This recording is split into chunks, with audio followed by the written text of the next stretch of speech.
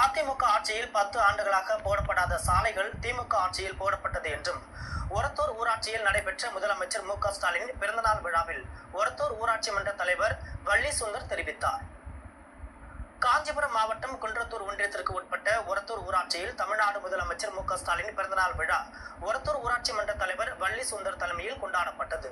விழாவில் முன்னாள் துணைத் தலைவர் டி. மனோகரன், இளைஞரணி மணிகண்டன் உள்ளிட்ட திரளான திமுகவினர் கலந்து கொண்டு ஒரத்தூர், அம்மன்னம்பாக்கம் உள்ளிட்ட பகுதிகளில் திமுக கொடியை ஏற்றி வைத்து தமிழ்நாட்டின் உரிமைக்காக போராடுவது நமது கடமை என உறுதிமொழி ஏற்றனர்.